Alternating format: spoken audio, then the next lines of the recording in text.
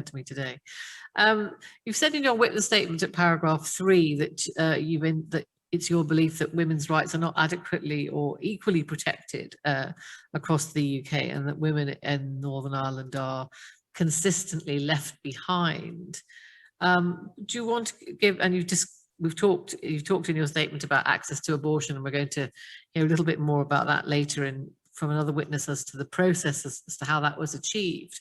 But notwithstanding the Executive Reform Act, you say that there are still significant disadvantages and discriminations faced by women in Northern Ireland in relation to access to abortion services and other contraceptive services.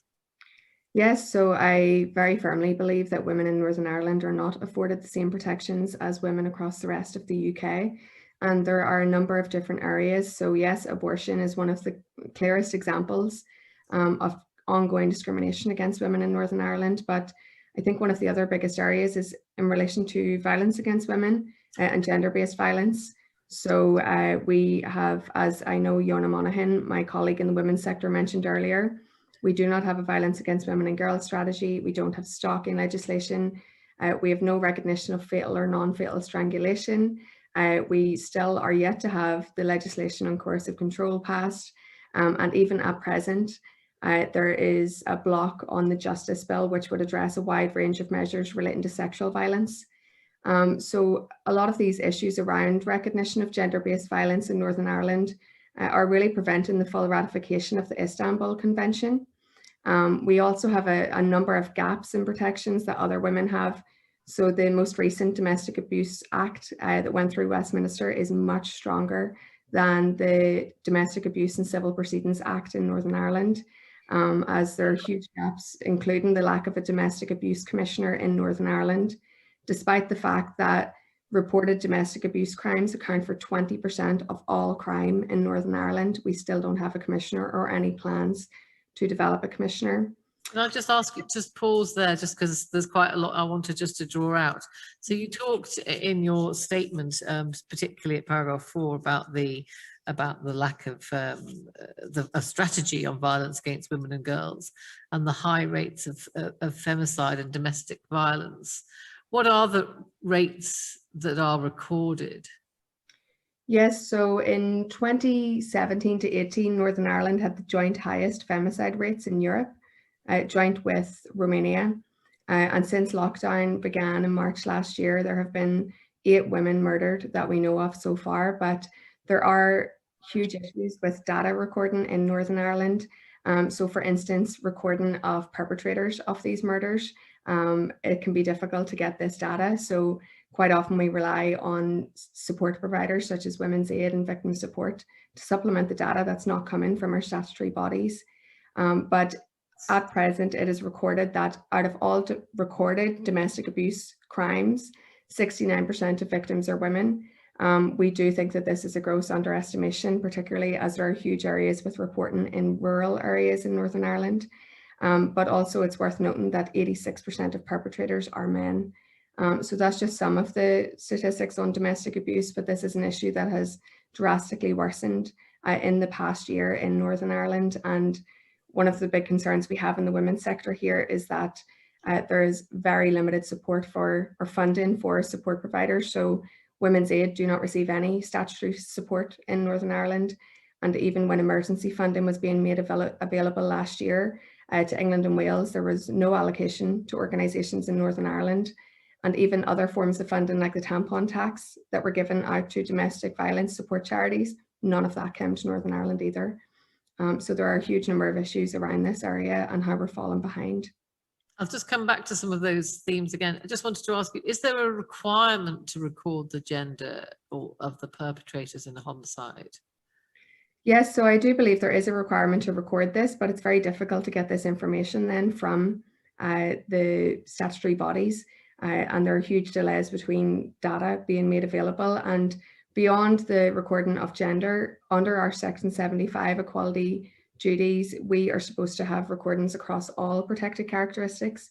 But in Northern Ireland, there is no information at all on matters such as migrant women, ethnic minority women, disabled women. There's just wholly inadequate data recording more generally in Northern Ireland across all of these protected characteristics. Thank you. And just you talked again about not having a strategy on violence against women and girls, and just trying to unpick why that is. And I understand from some of the other witnesses that we've heard about this idea that there should be gender neutral policy making. Do you want to just elaborate? Would you agree with that? Is that a sort of accurate reflection of where things are in Northern Ireland? Yes, I do think so. This is something that the women's sector has been lobbying on for a very long time. And as recently as February this year, when we were submitting questions to the various ministers in the Northern Ireland Executive on whether they would create a gender sensitive strategy, the response was no, as this will diminish male victims. So I think that part of this is to do with a huge misunderstanding on what gender equality means in the first place. There's also greatly inadequate recording of the different protected characteristics in relation to this form of crime. But also I think that this is an aftermath of our conflict where there was such a heavy reliance on equality duty in relation to different nationalities, or the two communities as they were called, that gender equality issues fell very far down the priority list.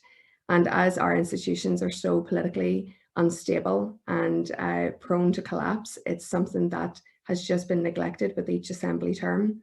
And I do know that some other witnesses earlier mentioned that there was a motion passed in March of this year in the Assembly where they did agree to develop a violence against women and girls strategy, to also recognise misogyny as a hate crime, and also to implement the CEDAW recommendation for standardised relationship and sexuality education.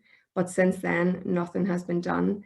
And you will be aware that our political institution is at risk of collapse again at the moment. So as we had a three-year collapse from 2017 to 2020, we had no strategies passed. And then since then, COVID has taken the priority, and any commitments that have been made towards gender equality have just not happened. So again, thank you. I mean, one of the overarching themes we've heard during the course of this morning and in the witness statements that we've had is that, and it seems to me to be the same in Northern Ireland, I don't know if you'd agree, is that gender is, or sex is downgraded, and it's just another one of many protected characteristics. So there isn't policy making around women and women's issues. Is that, would you agree with that? Yes, absolutely. I think in general, there is a lack of understanding around what gender equality means in Northern Ireland. And because of the wording of our protected characteristics, where it talks about equality between men and women generally, this has led to a lack of any understanding across our society of what that actually means in practice. So for example, when welfare reform was being implemented and there was the rollout of new forms of social security benefits throughout a decade of austerity, our equality screenings at the time stated that this wouldn't impact, because the new legislation applied to both men and women, therefore men and women were impacted the same way, when in reality women actually accounted for a huge proportion of those who were actually impacted by the legislative changes. So it seems to be very much, regardless of how many people are impacted by a decision, if one man and 100 women apply and the outcome's the same, then that's how their understanding of gender works, which is incredibly inaccurate. And the fact that 86% of tax revenue savings in this time came from women's income is reflective of that and how harmful gender neutral policy making is in practice. Thank you. One of the other issues that you raised was about the numbers of women in Northern Ireland who are doing unpaid care work, just as another example, versus paid employment. Do you have any statistical or other evidence to just comment on about that? Yes, so this is a much broader issue in Northern Ireland around women's employment more generally and women's barriers to economic opportunity. So 30% of all women in Northern Ireland are considered economically inactive. And the number one reason for this is down to family and home commitments. Now, if you were to take away family and home commitments as a reason for economic inactivity, then the level between men and women would be the same. But due to our quite patriarchal society and the expectation that care work is women's, women are being forced out of the formal labour market and not being paid for this domestic care. And we also know that 82% of all part-time employees are women. And again, it is seen that this is largely due to flexibility around working so that women can continue with their unpaid care work. Out of all carers, paid and unpaid, 69% are women. And it is now estimated that about a quarter of new carers since the pandemic began are already people in the formal workforce. So we have been making the argument in the sector that if we do not recognise the economic value of care, not only will women continue to suffer, but the UK as a whole, their economy will continue to suffer as people in the labour market are struggling to balance the two. On top of this, then 79% of all health and social care workers are women in Northern Ireland, which is 9% higher than the rate across the rest of the UK. And we have growing levels of underemployment, with women working in positions below their qualification levels in order to manage their unpaid care and responsibilities. And then separately, we have huge issues with low pay more generally and no mandatory gender pay gap legislation reporting. So quite often women are staying at lower levels of employment because it's the only way that they can carry out their unpaid care on top of this. Thank you. That's so important to hear. Is there any, I think one of the witnesses this morning, Margaret, I think it was, said that there should be education amongst young people, schools and beyond, on a CEDAW and the elimination of discrimination against women de facto as well as in law. Is there any suggestion of education on that level in schools as to equality of opportunity and equality of earnings? Is that something that, and equality in respect of who is of childcare and other care? No, not that I'm aware of. And there are huge issues in Northern Ireland more generally with segregated education, where almost 94% of our schools are segregated based on religion. On top of that, then it is incredibly difficult to enforce universal or mandatory forms of education, such as RSE, but broader equality education in schools because of the privatisation of these grammar schools and how much autonomy and independence the bodies of these schools have. So we're seeing where CEDAW recommendations in relation to gender stereotyping and RSE are being ignored largely because there's a reluctance to implement a standardised form of education on these topics. And the clearest example of that is through the lack of any RSE across schools, where the majority of schools provide abstinence-only education and no education whatsoever on gender stereotyping or challenging these stereotypes. There's also huge gender segregation in our labour markets, and a large part of this we feel comes down to education as well, and pushing women into sectors that are seen as women's work, and that includes care work. And we've been very much advocating for there to be a redistribution of care in our society, but also to improve the working conditions in these sectors, to encourage more men to work in these sectors as well. Because if you look at the childcare sector, for example, in Northern Ireland, 48% of those workers earn below the living wage, but the majority, the vast majority, are women workers. Thank you. That's very important to hear as well. Could you just kind of ask a question about, you talked about segregated education on the grounds of religion. Is education also segregated along gender lines, or is it's predominantly on the religious lines? Well, so there are only 6% of religiously integrated schools in Northern Ireland. 94% are segregated in terms of either being a Catholic school or a Protestant school. So only 6% of all schools are neither of those. But among that divide, then there is a high proportion of single-sex schools as well. But if there's a girls' school, it tends to be a girls' Protestant school or a girls' Catholic school, not a girls' integrated school. So there's segregation along both, but the biggest issue is the religious segregation. Thank you. And just coming, before I hand you over to the judges, I'm sure we'll want to ask some questions. What would implementation bring for Northern Ireland if CEDAW were incorporated? Yeah, so for us, We are actively seeing legislation being brought through the Assembly right now that completely contradicts CEDAW. So, for example, the current First Minister has a private member bill at the moment on restricting abortion on the grounds of severe fetal impairment, which goes completely against CEDAW recommendations. When we have been lobbying on this, we have been told by our political parties here that they don't agree with CEDAW.